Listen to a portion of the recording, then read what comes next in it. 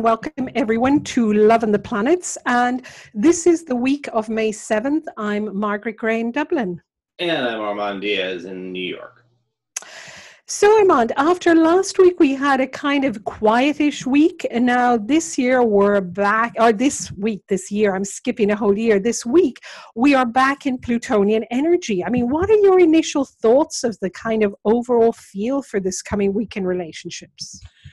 Well, for me, it looks like it could be time to have a real serious talk. Mercury is tangling with Pluto, Mars, and Uranus. It may not be a serious talk, or maybe a feisty talk. And all that Plutonian energy that's going on this week, it strikes me as being a little bit, it's going to intense is what we're going to say. But, it's going to be most intense if you've got an issue. If there's something that's been simmering, this is where we have to keep an eye out. Very true. And I think maybe to be also a little careful on Monday with that Mercury-Pluto square, careful not to get into power dynamics. That little niggles can then get into kind of, unconsciously trying to control somebody else. And really to also be aware of that in dynamics, communication dynamics in work situations, because we don't often talk about work relationships, but yet people spend a lot of time in their work environment, and a lot of issues can come up with colleagues or with managers or managing, other people. So to just really be aware on the Monday, really around all of that. Plus, Venus is squaring Neptune. So, that could be quite a romantic aspect on Monday. There could be some passion plus romance, but also there might be some confusion. So really, on the one hand, as you say, wanting to clarify things and communicate and get to the truth. On the other hand, there could be a little bit of confusion around early in the week. I don't think early in the week is going to lead to any clarification at all with that Venus-Neptune square. Venus-Neptune squares, when it comes to relationship and love dynamics and so on, tend to make things look much better or much worse than they otherwise would.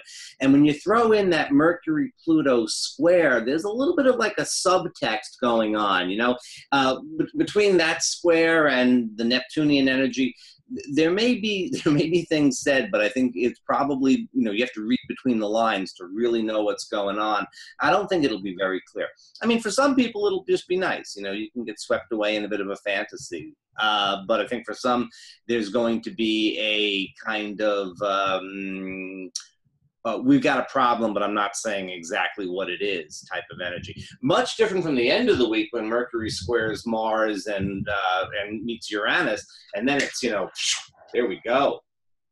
And really, towards the end of the week, we kind of probably have to be a little bit careful not to explode, and because there could be a lot of anxiety around. I know we're skipping to the end of the week. We'll come back to the middle of the week in a minute, but I think that Mercury-Uranus aspect can be, that there can be so much anxiety that builds up or frustration that it can really come out suddenly. And Mercury in Aries on its own can be a little impetuous, as we've said before, but next to Uranus, I mean, really what could come out of our mouth, we don't really know. Uranus at 29 degrees Aries. This is blurting out. This is not consulting the brain before engaging the mouth. This is blurting it out, impulsively. Very, very hot energy there.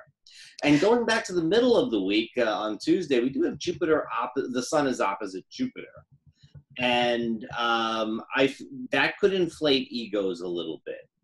That could be a little bit of imperiousness, I feel.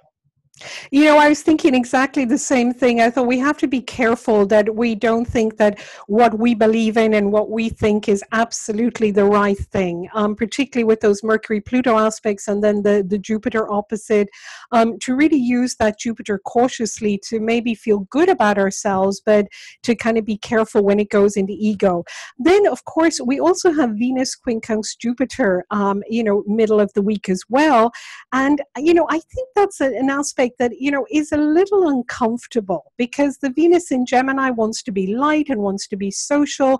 And because the Jupiter is in Scorpio, it's really pushing it and saying, yeah, but what's the truth? Do you really want to be around these people? Do you really enjoy being with these people? Are you just, doing something because you want to be social and you want to be seen, or is it because you really want to be around them? So that's a bit tricky. It is. Usually I say that Venus and Jupiter, even when they're in a tough aspect with each other, they get along so well.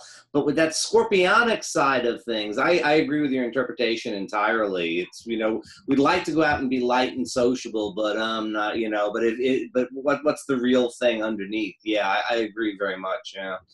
And as we get to the weekend, things do shift around a little bit, but we're getting very close to the new moon.